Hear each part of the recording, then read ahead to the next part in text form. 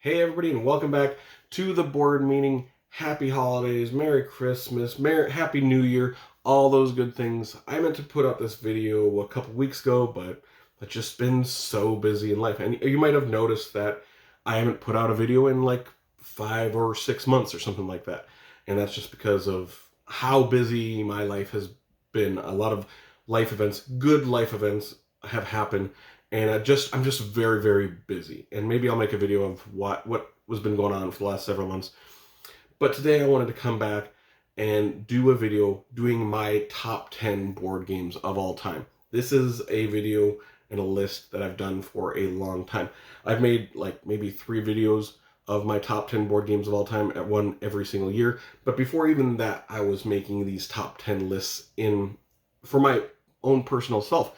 And that's why I wanted to come back and make sure I do this video to do it, because it's been a while since I've done one, and I love making lists. This is my favorite list to make, is my top 10 board games of all time. Now, this year when I made it, I felt like I was trying to be even more honest than usual with it. Not that I wasn't honest before, it's just these, I seen some games that have been on my top 10 lists for the last several years. I'm like, I've barely played those games, whereas these other games are constantly coming to the table. Why are these other games, why do I consider them my top 10 when they're coming out maybe once a year, once every other year, and these other ones are coming out several times a year? So I had to reevaluate and be honest about it.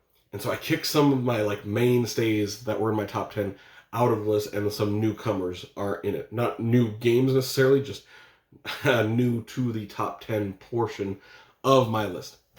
So we're going to do the top 10. I'm also going to have the top 100 through 11 in the outro, just so I have that on record.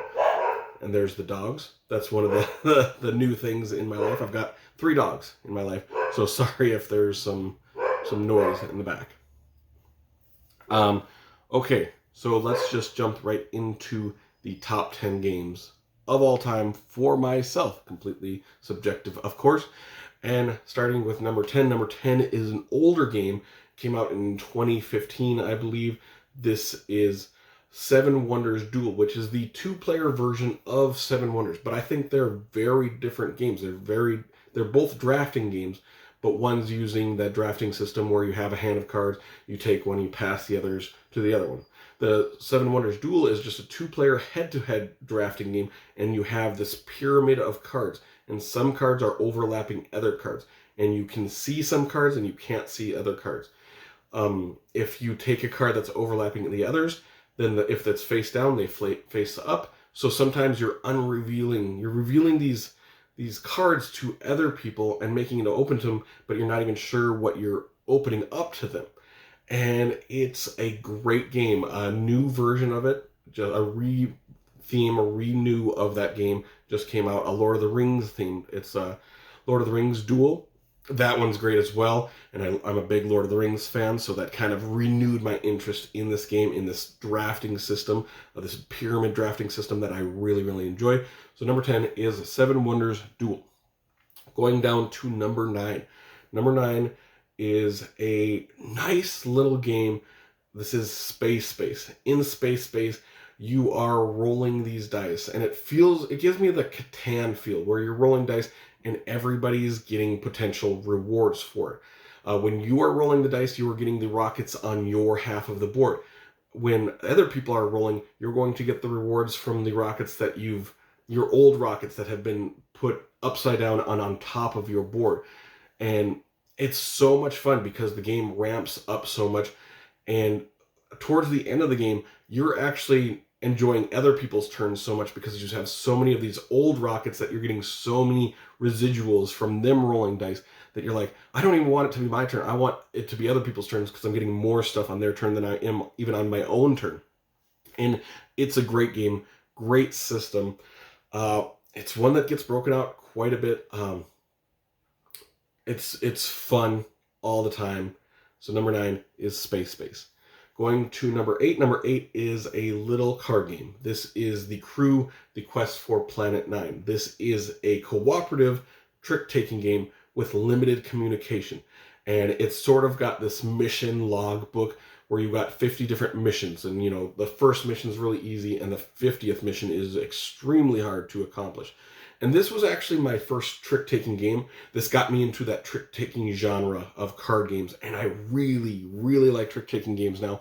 But still, this is my favorite one, where you are trying to cooperate with each other, and you're like, okay, this person needs to win that card. You need to win the trick that involves the 6 green. So we're somehow trying to let that person win that trick, but we can't communicate. There's very limited communication. You can give sort of hints of what you have on sort of some things that are going on, but you can't tell people basically exactly what you have. And it's so much fun. I love this game. So The Crew, The Quest for Planet 9 is number 8. Going to number 7.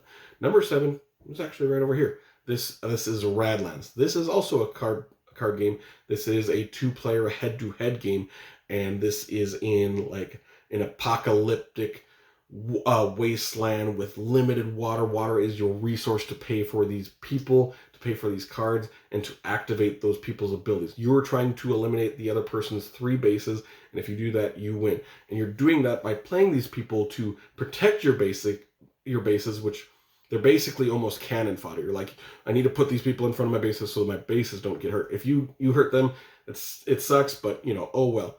And you're activating these cool abilities on them, trying to outmaneuver your opponent, outthink them. Hopefully you get the right cards. And it's a game that has multi-use cards.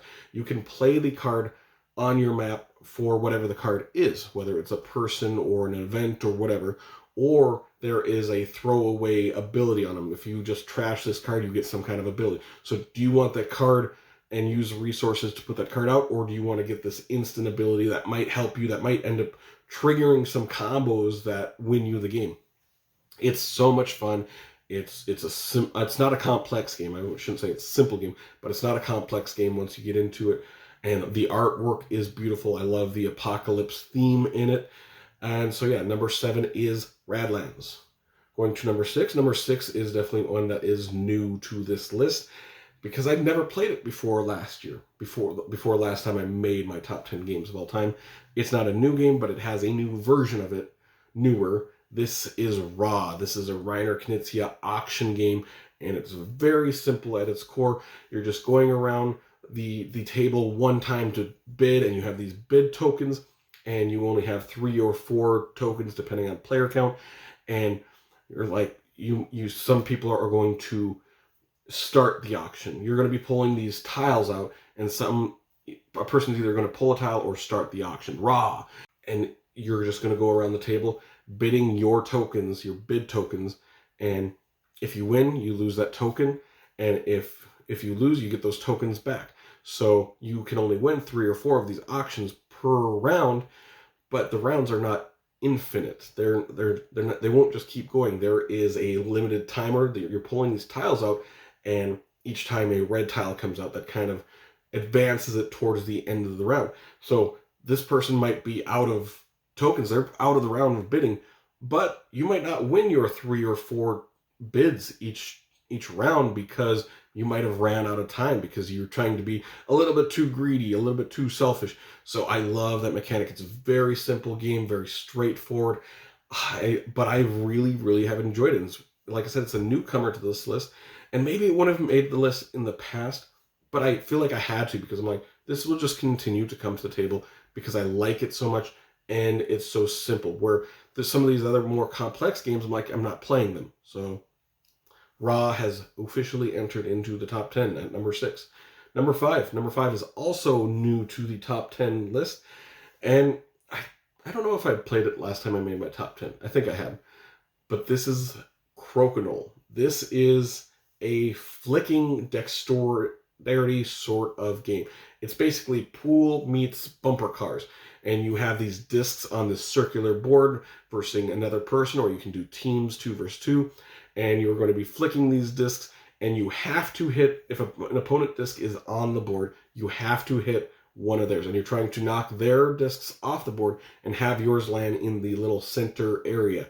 And the more of these discs you have in the center area towards that center insert, the more points you're going to get in the game. And it's one that I've been obsessed with. It's such an easy game to break out. I mean, it's kind of odd to put this on the list, but it is a board and it is a game, making it a board game. So I've really liked this one. It's an older game from the 1800s, I believe it started in, and it comes out all the time. I left a board at work and people play on it constantly. And it's kind of, a lot of people in the area have now gotten their own Crokinole boards. I'm supposed to be getting another Crokinole board from a Kickstarter campaign. We'll see if that happens, but I've really liked Crokinole over the last couple years, and it's just addicting. It's a great game. So number 5 is Crokinole. Going to number 4, going back to more traditional board games. This one also is right here in the picture. This is Marvel United. This is a cooperative game set in the Marvel universe. And there is tons and tons and tons of content if you want there to be for this game. There are several dozen heroes that you can play as, several dozen villains you can play against, and it's a very simple game, very simple system where you have a hand of cards, a deck of cards from your own personal hero, whoever you are, that's sort of unique from the other heroes that you're playing as. And you're playing these cards down, and there's literally 3 or 4 symbols that you have to know for this game. There's like punch, there's attack, there's save citizens, and that's pretty much it. And when you play a card, you're playing those symbols on your card plus the symbols of the previous person's card. So you're trying to cooperate with them. Like if you play like a move, then I can move and I can punch this guy. And it's so simple that it's great. Where the complexity comes in a little bit is the villains that you're playing. All the villains have different ways that they're going to be maneuvering, moving around the board and activating and attacking you or doing whatever they need to do to win their game. The villains are what makes this game diverse and have a ton of variety from game to game. And it's so much fun for myself. And you can play this game with adults. You can play this game with kids. And that's why I like this game. And I think that's why it's gotten so popular. I mean, also there is the Marvel theme, which a lot of people like. I'm kind of over the Marvel theme at the moment because it was so oversaturated over the last decade or so. But this is such a good game that, I mean, it works. I really enjoy it. I really like breaking it out. I've used this game for the teen game night at the library that I run, and people seem to really like it. So yeah, number 4 is Marvel United. Going to number 3. Number 3 is also new to the top 10 list, but it's a game that I've been playing for the last 15 years or so, 10 years, I don't know. This is Pandemic. This is the godfather of cooperative games. At least most people think that. This is the one that made cooperative games pretty popular. I played this game a long time ago, and I played it, and I'm like, yeah, this is a good game. And then I moved on, and I played other cooperative games, and other cooperative games obviously have taken a lot from Pandemic, using that system of, you go and do your thing, and you try to manage the board while trying to achieve an overall goal. And then after you go, then bad things happen. Diseases spread out, the bad things happen. And then you go and you try to manage those things that happen that the board tried to defeat you with. Or, are you going to do that? Or you're going to try to get your overarching goal done and succeed in that way. And a lot of cooperative games have kind of followed that recipe of doing that. And I just keep coming back to Pandemic. I'm like, I play a different cooperative game. I'm like, oh yeah, that's really good. And then, I played a couple times, and then I come back to Pandemic. I play a new cooperative game, play that, then I come back to Pandemic. Pandemic is always coming back to the table, and I'm finally like, yeah, I really love Pandemic, and I've got all the expansions for it. I've got all the different characters, and so, that adds a little bit of variety for it. We play on hardcore legendary mode now, and sometimes we win, and, that's fun. I love Pandemic. It's so fun. I've introduced so many people to board gaming through Pandemic. It's great. So number 3, new to the list, but it probably shouldn't have been, is Pandemic. It's been in the top 100 since I started making this, but it's been 50, then 40 and 30. It's just slowly creeped up, and now it landed at number 3 for myself, just because I felt like it had to. It had to, because it's so good. It's one of those games I think is a perfect system. So yeah, number 3 was Pandemic. Going to number 2. Number 2 is a game that came out 2019. It's been my favorite game for the last several years now. It got bumped down to number 2. But, I mean, I still obviously really, really, really love this game. This is unmatched. This is a fighting head-to-head or a 2 versus 2 game where you are picking a fighter and then, just trying to, eliminate the other players to win, bring their health down to 0. In this game, you pick a hero, and at this point, there's like 60 heroes to choose from if you have all the expansions, which I do. And you pick a hero, you get their miniature, you get their deck. And their deck is completely unique to that character. They're going to have special, unique abilities, which makes this game so much fun. There's so many characters across several different IPs. There's real-life characters like Bruce Lee. There's Jurassic Park characters. There's Sherlock Holmes. There's Dr. Jekyll and Mr. Hyde. The Ninja Turtles are coming out. There's the Witcher characters in this right now. There's some Marvel characters. There's a plethora of fighters to choose from in several different IPs. Muhammad Ali versus Bruce Lee is coming out later, I think next year or this year. Can't remember. But the uniqueness and the variety of each character is great. They also came out with a cooperative version last year, and it blew me away, because how did you make a system that was not a cooperative system into such a good cooperative game? So that game is a 10 out of 10, but regular Unmatched is a 10 out of 10 for me. The head versus head is a 10 out of 10. I love this game. I love the different variety of characters. It's a perfect game for me. I brought this to Team Game Night. 1 month this was the game that we brought, and people loved it. The kids lost their mind on it. They always wanted to play it. And then we had another month where we got to play any of the games that we've been playing previously, and pretty much everyone was picking Unmatched to play as. That's how much they liked it. And I'm like, yeah, this is such a good system. It's so simple. There's technically only like 3 things you can do, whether it's moving and playing a scheme card or attacking. But the difference on each of these cards, the words on them, make this such a good system, a simple system that it's got the complexity through reading the cards. And it's amazing. So number 2 is Unmatched.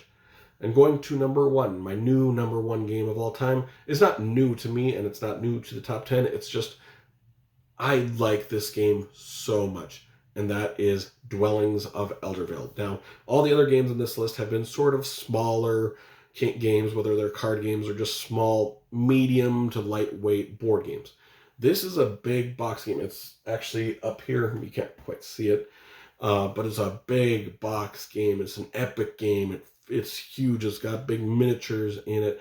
There's a lot of stuff going on in this game. It's sort of this worker placement game. The new rethemed version of this game just came out with Andromeda's Edge, which is space themed. Dwellings of Eldervale is fantasy themed. Andromeda's Edge adds a little bit more complexity to the game system, where Dwellings is a little bit more straightforward. Andromeda's Edge is like Dwellings with several mini expansions added into it. But I like the fantasy theme more. I like the less complex version of it. So I'm picking Dwellings over Andromeda for that reason. But this is a game where you're placing out your workers on these different spots, taking those actions, and when you run out of workers, you have to regroup. And in most worker placement games, when you regroup, that's your turn.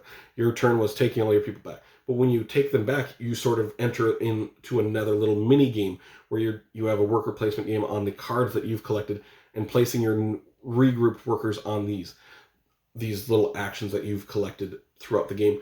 There's also a battling game system in this, and I usually don't like battling in these big games, because battling usually hurts you so much, especially when it's dice related. And this game has dice related battling. And if you get to roll 3 or 4 dice and the next other person rolls 2 dice in this, it's very simple. Whoever rolled the highest number wins that. But why I like this game and the system so much is the battling and the fighting. If you lose, it doesn't hurt you so much. It's not going to ruin your game. You're not going to lose this game, more than likely, from losing a battle. You can lose several battles in this game. You're perfectly fine. You just won't get to use those people to come back when you're regrouping to put on your little worker placement spots on your mat.